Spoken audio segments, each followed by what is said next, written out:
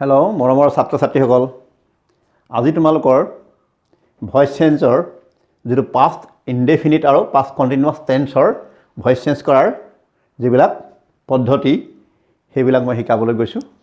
আগৰ ভিডিঅ'টোত মই তোমালোকক দিছিলোঁ প্ৰেজেণ্ট ইনডেফিনিট, প্ৰেজেণ্ট কণ্টিনিউৱাছ আৰু প্ৰেজেণ্ট পাৰফেক্টৰ বিষয়ে। এইবিলাক যদি তোমালোকে জনা নাই আগৰ ভিডিঅ'টোত চাই ল'বা, তাত ডেছক্ৰিপশ্যনৰ লিংকটো দিয়া আছে।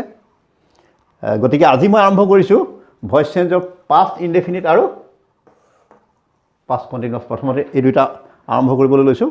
পাষ্ট ইনডেফিনিট কোনটো টেন্সক বুজায়? আমি পাষ্ট ইনডেফিনিট কাক বোলো? পাষ্ট ইনডেফিনিট মানে অতীতত কোনোবা এটা কাম হৈ গ'ল। অতীতত যদি কোনোবা এটা কাম হৈ যায়, অতীতত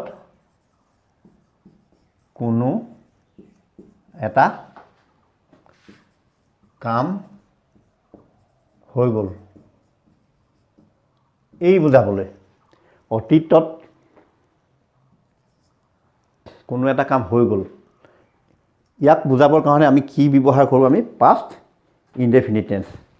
আমাৰ এতিয়া প্ৰথম কথা হ'ল এই পাষ্ট ইনডেফিনিট যিটো টেন্স, এই পাষ্ট ইনডেফিনিট টেন্সৰ এতিয়া আমি ভইচ চেঞ্জ কৰিম। পাষ্ট ইনডেফিনিট টেন্সৰ এটা বাক্য, পাষ্ট ইনডেফিনিট টেন্স কোনটো কয় আমি কৈছোঁ। পাষ্ট ইনডেফিনিট মানে ধৰি লওক এইটো ছাবজেক্ট, ছাবজেক্টৰ পিছত ভাৰ্বৰ কি হ'ব?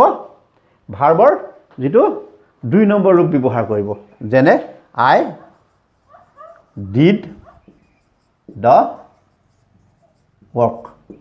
এই যে আই ডিড দ্য ৱৰ্ক, এই যে ডিড এই শব্দটো পাইছা তোমালোকে, এইটো ভাৰ্বৰ কি নম্বৰ ফৰ্ম? এইটো 2 নম্বৰ ফৰ্ম।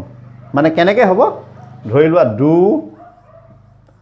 ডিড, ডান। ধৰিব পাৰিছানে? এইটো 1, এইটো 2, এইটো 3। তাৰমানে এই 2 নম্বৰ ফৰ্মটো বহি ছাবজেক্টৰ পিছত এই 2 নম্বৰ ফৰ্মটো যদি বহে ভাৰ্বৰ, তেতিয়া আমি তাক নিশ্চয় জানিম এইটো পাষ্ট ইনডেফিনিট টেন্স। আৰু এই পাষ্ট ইনডেফিনিট টেন্সৰ এই ভইচ চেঞ্জ কেনেধৰণে কৰে চোৱা তোমালোকে। ইয়াত কি হ'ব পাৰে? দুটা বস্তু, এটা হ'ব পাৰে ৱাজ আৰু এটা হ'ব পাৰে ৱে। এই দুটাৰ ভিতৰত এটা হ'ব পাৰে আমি যিটো পেছিভ ভইচ কৰিম, ইয়াৰ অক্সিলাৰী ভাৰ্ব ব্যৱহাৰ কৰিম ৱাজ বা ৱে। এতিয়া আমি ইয়াত কি ব্যৱহাৰ কৰিব লাগিব? ইয়াত ৱাজ ব্যৱহাৰ কৰিম নে ৱেৰ ব্যৱহাৰ কৰিম? এইটো দ্য ৱৰ্ক, এইটো আমি এটা কাম ধৰি ল'ম এতিয়া, দ্য ৱৰ্ক। তাৰপিছত এতিয়া ইয়াৰ কোনটো হ'ব? ৱাজটো হ'ব। দ্য ৱৰ্ক ৱাজ ডান হ'ব। ডানটো আমি এইটো বস্তুটো এই ডিডৰ past participle form. Past participle form কোনটো? যিটো 3 নম্বৰ ফৰ্ম। এই 3 নম্বৰ ফৰ্মটো আমি পাষ্ট পাৰ্টিচিপল ফৰ্ম বুলি জানো, এইটো তোমালোকে ভুল নকৰিবা। দ্য ৱৰ্ক ৱাজ ডান। তাৰপিছত বাই প্ৰিপজিশ্যনটো লাগে বুলি আমি আগৰ পৰাই জানিছোঁ। গতিকে আইটো হ'লে কি হয় এইটো জানা তোমালোকে? কি হয় এইটো? আইটো মি হয়। গতিকে the work was done by me. অন্য এটা বাক্য ধৰি লোৱা হি ৰোট এ লেটাৰ। এই বাক্যটোত চোৱা, এইটো তেওঁ এইটো লিখিছিল, এ লেটাৰ এখন চিঠি। এইটো দেখিছানে বাৰু? এইটো ৰোট, তাৰমানে right, root, written. Right, root, written. এই যে ৰাইট, ৰোট, ৰিটেন, এই ৰোটটো কেই নম্বৰত আছে? 2 নম্বৰ। এই 2 নম্বৰ যিটো ৰূপ, এই ভাৰ্বৰ যিটো 2 নম্বৰ ৰূপ, সেইটো ছাবজেক্টৰ পিছত ছিংগুল যদি সেইটো বহাই আমি পাষ্ট ইনডেফিনিট বুলি জানিম। গতিকে এই একেধৰণে হ'ব এইটো A letter. A letter was, ইয়াৰ পাষ্ট পাৰ্টিচিপল ফৰ্ম লাগিব, ৰিটেন বাই, এইটো হি হ'লে কি হ'ব এইটো জানানে? এইটো হিম হ'ব। ইয়াৰ আমি দুটা কৰিলোঁ। এতিয়া আমি আৰু বেলেগ এটা কৰিব খুজিছোঁ। সেইটো কি হ'ব পাৰে? সেইটো এই ৱেৰ ব্যৱহাৰ ক'ত কৰিব লাগিব? এইটো যেনিবা হি কট মেনি বাৰ্ডছ, এইটো এই বাক্যটো চোৱা তোমালোকে।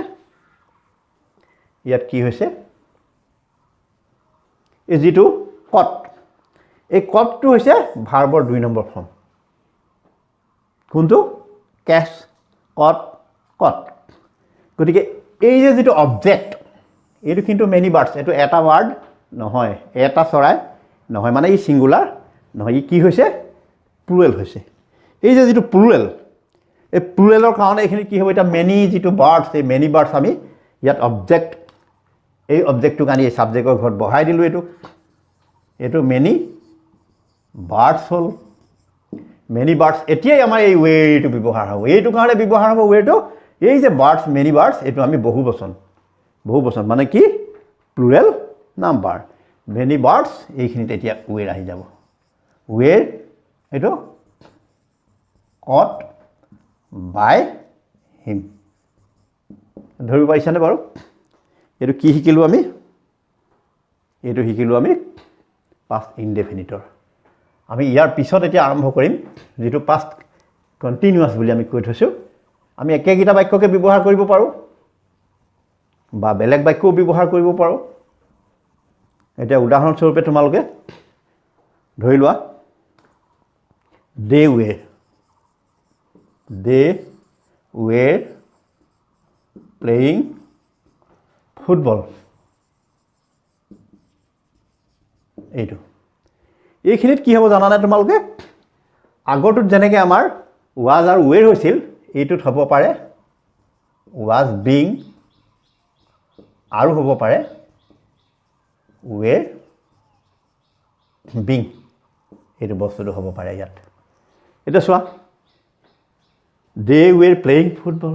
এই যে যিটো ফুটবল, এই ফুটবলটো আমি ইয়াত লৈ আহিছোঁ অবজেক্টটো আনি এইটো ছাবজেক্টৰ ঘৰত বহাই দিলোঁ। এইটো ফুটবল। তাৰপিছত এইটো কি হ'ব এতিয়া? এটা ফুটবলে খেলে নহয়নে বাৰু? গতিকে এইটো ফুটবল ইয়াত হ'ব ৱাজ বিং হ'ব। Football was being, football was being. ইয়াৰ পাষ্ট পাৰ্টিচিপল হ'ব প্লেইড বাই দেম। সেইটো বুজি পালানে বাৰু? এতিয়া চোৱা, এইখিনিত যে এইটো ৱাজ বিং লাগিছে, এই যিটো আমাৰ অবজেক্ট আছিল, অবজেক্টটো ছাবজেক্টৰ ঘৰত ফুটবল আমি বহালোঁ। এই ফুটবলৰ এইটো ছিংগুলাৰ হোৱাৰ কাৰণে এইটো ৱাজ বিং লাগিছে। কিন্তু সেই একেটা বাক্যকে মই লিখি দিছোঁ। চোৱা, এতিয়া আগত যিটো মই কিহত লিখিছিলোঁ? পাষ্ট ইনডেফিনিটত।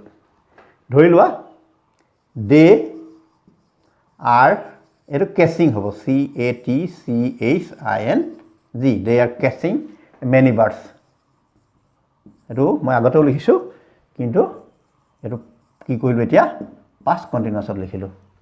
দে য়েছ, এইটো দে আৰ নহ'ব, এইটো কি হ'ব? এইটো দে ৱেৰ হ'ব। দে ৱেৰ কেচিং মেনি বাৰ্ডছ। এইটো পাষ্ট কণ্টিনিউৱাছ টেন্সৰ বাক্য। গতিকে আমি এইখিনিত এইটো মেনি যিটো বাৰ্ডছ, এয়া আহি গ'ল আমাৰ মেনি বাৰ্ডছ। আমি ইয়াত ছাবজেক্টৰ ঘৰত বহাই দিলোঁ এইটো মেনি বাৰ্ডছ। তাৰপিছত কি হ'ব? এতিয়া হ'ব এইটো আমাৰ ৱেৰ বিং। যিহেতু আমাৰ এইটো মেনি বাৰ্ডছ বহু বচন মানে প্লুৰেল নাম্বাৰ। মেনি বাৰ্ডছ, এইটো কি হ'ব এতিয়া? ৱেৰ বিং। ইয়াৰ পাষ্ট পাৰ্টিচিপল আকৌ আমি জানিম। পাষ্ট পাৰ্টিচিপলটো তোমালোকে মনত ৰাখিবই লাগিব। CAUGHT, কট বাই এইটো ডেম হ'ব। ধৰিব পাৰিছা এইটো?